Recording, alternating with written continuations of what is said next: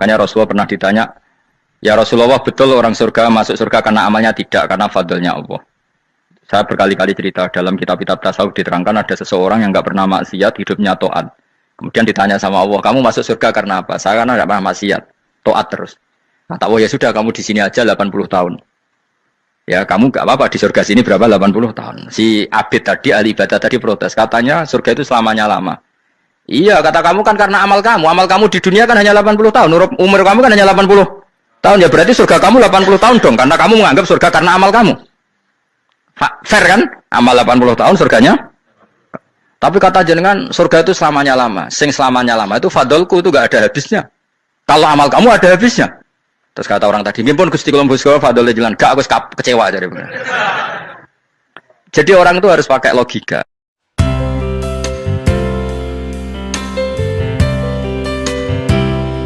Allah itu siapa? Alladzi ahallana darul muqamati min fadlihi. Allah dirupani dat ahalla kang manggono sapa ladina ing kita daral muqamati ing omah kang dadi hunian. Aili qamati rumah sing dadi hunian min fadli krana mu anugrahe Allah. Nggih kula nyontokno bolak-balik nggih.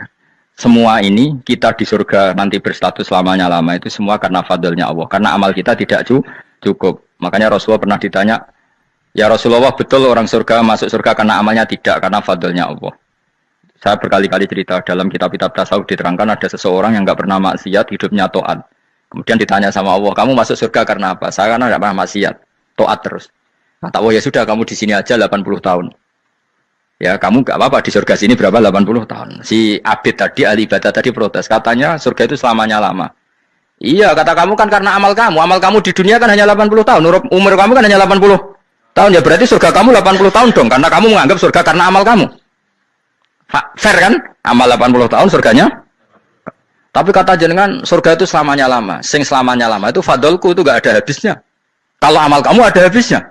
Terus kata orang tadi, "Mimpun Gusti kula mbuswa fadole jalan." Gak, aku kecewa jadi. Jadi orang itu harus pakai logika. Makanya agama ini ojo nuruti cerdas sing gak punya sanad.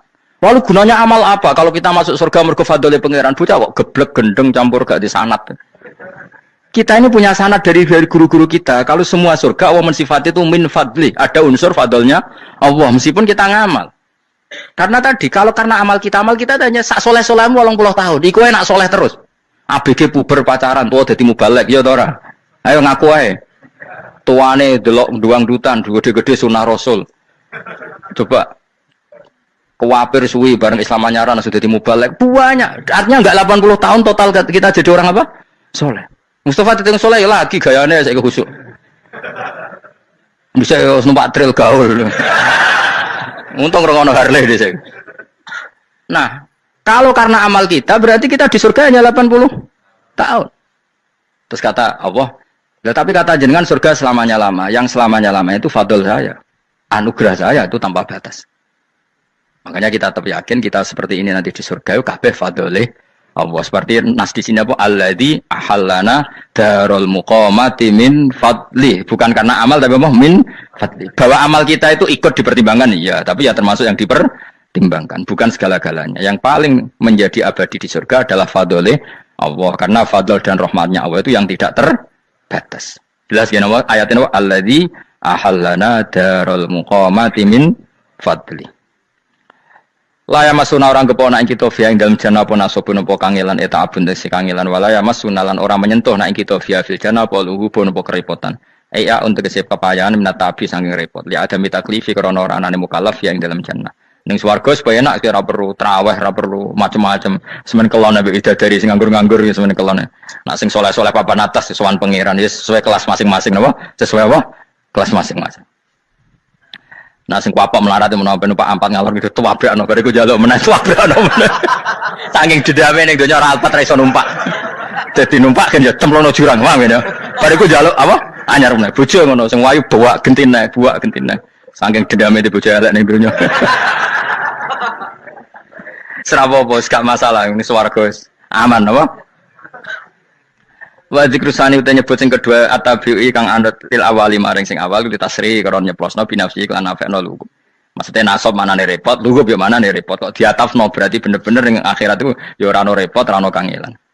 Waladina uta wong akeh kafaru kang kafir sapa ladina, iku lahum tetep kedhe ladina naru jahannam matin neraka jahanam. Orang-orang kafir itu pasti masuk neraka. La yuqta. Maksudnya kafir dan dengan definisi yang mati alal kufri. Kalau masih di dunia kamu tidak bisa menvonis si A si B pasti kafir karena finalnya adalah di husnul khotimah atau suul khotimah. Maka status sekarang.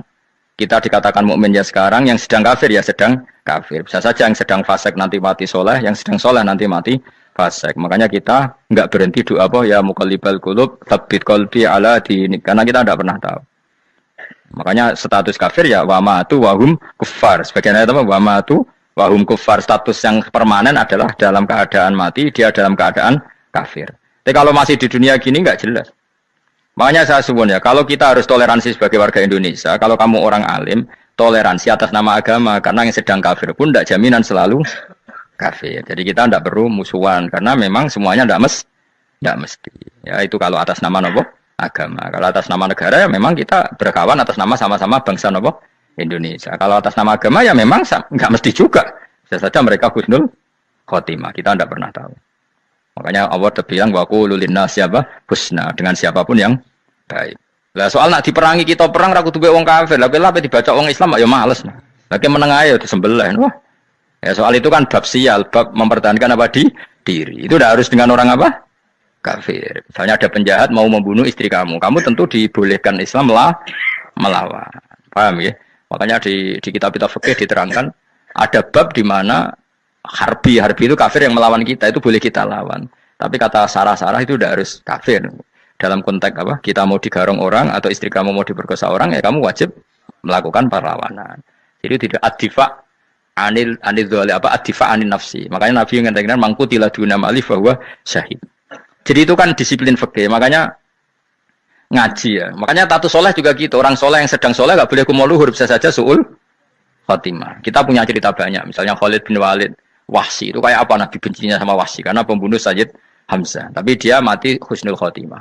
Sa'labah yang punya gelar merpatinya masjid karena selalu itikaf malah suul khotimah. Kita tidak pernah tahu. Dan tidak pernah tahu itu bagus. Karena menjadi mawas diri, menjadi tawadhu. Tawadhu itu ekspresinya macam-macam. Boleh ada ya ulama yang ini cerita aja ya. Ada ulama yang mau dicucuk. Alasannya didik santri atau masyarakat biar hormat sama orang alim, itu ya benar. Ada ulama yang nggak kerso dicucuk. Alasannya saya sendiri untuk melawan ujub saya, keangkuhan saya, kesombongan saya. Ini namanya istihad. Boleh, bebas, orang boleh. Kenapa? Istihad. Abdul bin Mas'ud itu nggak senang punya santri derekno dia. Karena kata beliau, dilatan ditabe wa fitnatan lil mabuk. Yang derekno itu hina, dia khawatir kumul luhur apa? Kiai kalau kelamaan di derekno itu kan kumul luhur. Kadang gawa rokok era gelem, ono sing gawakno. Bahkan nyumet era gelem ono sing nyumet. Padahal kok film geng Cina ae. Geng Cina kan bodoh kan. Kadang gini bangga, kok geng Cina kok apa? Tapi banyak juga ulama yang mau. Biar gue iling-ilingan di D. Enggak apa-apa, semua itu istihad. Kenapa semua itu enggak apa-apa kita. Makanya saya itu ya kadang salaman, kadang enggak. Karena istihad kita banyak. Uwais Al-Qarni itu enggak mau salaman. Bukan karena dia menolak salaman. Dia takut kalau ada tradisi begitu, orang dicucup-cucup terus sombong. Itu juga bahaya bagi yang dicucup. Tapi ya salaman tetap sunat. Kita tetap yakin salaman itu sunat karena mendidik anak atau masyarakat hormat sama orang alim. Tapi kalau itu terlalu masif, nanti orang yang abal-abal menjadi keangkuhan. Delok wong sakmono iki nyucup aku kabeh. Keren gak? Keren apa nih? Soalnya jangan ditebir pun rokok aneh-aneh. Enggak ada yang keren di dunia. Yang keren adalah makanya Salman Al Farisi ketika dia sukses menaklukkan Persia, itu mau syukuran. Kata Salman Al Farisi, enggak Jong. Kalau saya nanti masuk surga, saya mau syukuran. Tak undang namanya. Saya juga punya rencana syukuran di surga. Nanti tak undang sebenarnya. Dan enak kan nggak usah biaya, undang. Pesta besar-besaran. Dan enak seneng dugem-dugem ini kan orang maksiat. Sekono go babonmu, bidadarimu go. Piro kan bidadari ora? Pitung puluh. Piro Mas? Oke rencana piro Mas? Piro? Rukun 70 Mas. Nanti tak undang. Saya punya rencana, pokoknya sekali masuk surga bersyukuran besar-besar. Kayak tak udang rawon berarti ini rokok.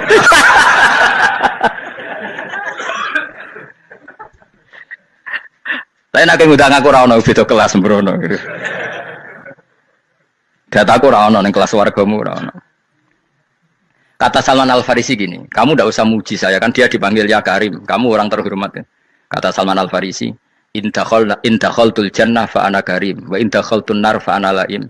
Jadi saking sopannya ashabu Rasulillah itu ada yang dipanggil ya karim aja tidak mau. Tunggu cung ya, panggilan itu sematkan saya nanti ketika saya masuk surga. Kalau saya masuk surga fa ana karim, saya berstatus orang mulia. Tapi nanti kalau saya masuk neraka fa ana laim, saya orang yang terhina. Jadi dulu ashabu Rasulillah seperti itu. Terus ada ulama yang melawan nafsunya macam-macam.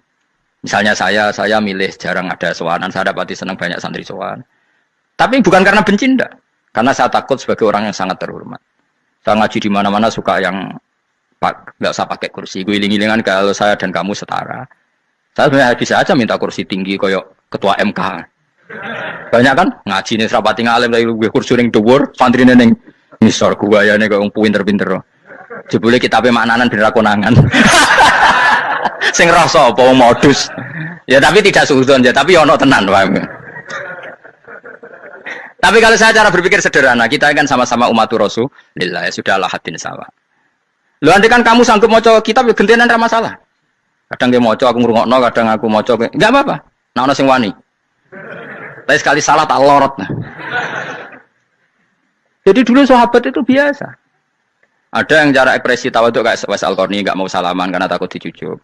Ada yang suka salaman karena mendidik. Banyak cara mereka melawan nafsunya sendiri apa? Melawan apa? Nafsunya. Istri saya itu dari keluarga pondok Jawa Timur. Itu dulu eskal sama saya, janggal. Karena anak saya kalau mau jajan itu saat tidur pun dibangunkan. Papa bangun, saya minta uang. Itu ya sampai sekarang begitu. Istri saya itu eskal, janggal. Karena janggal kan ada Jawa Timur sopan sekali sama orang tua. Tanya saya. Karena dia keluarga orang terpelajar, tanya. Kenapa itu dibiarkan? Saya jawab saya. Ya kalau tidak minta saya, nanti minta mbak-mbak atau kangkang. Orang yang paling harus dingel-ngelo anak itu orang tuanya. Jika yang paling harus diganggu anaknya ya orang tuanya. Sampai sekarang anak saya berani minta mandi saya, gendong saya. Kalau orang tuanya saja gak siap dingel-ngel, lalu apa kata dunia? Kan aneh. Nah, itu ajarannya bapak. Saya dulu bapak Sugeng itu biasa jagoan sama bapak. Ya biasa misalnya saya lesu pak kalau pengen mangan ya, cung tuku. Zaman itu pakai motor, pakai sepeda motor, biasa sama bapak kepandangan. Saya sampai sekarang sama anak-anak saya akrab.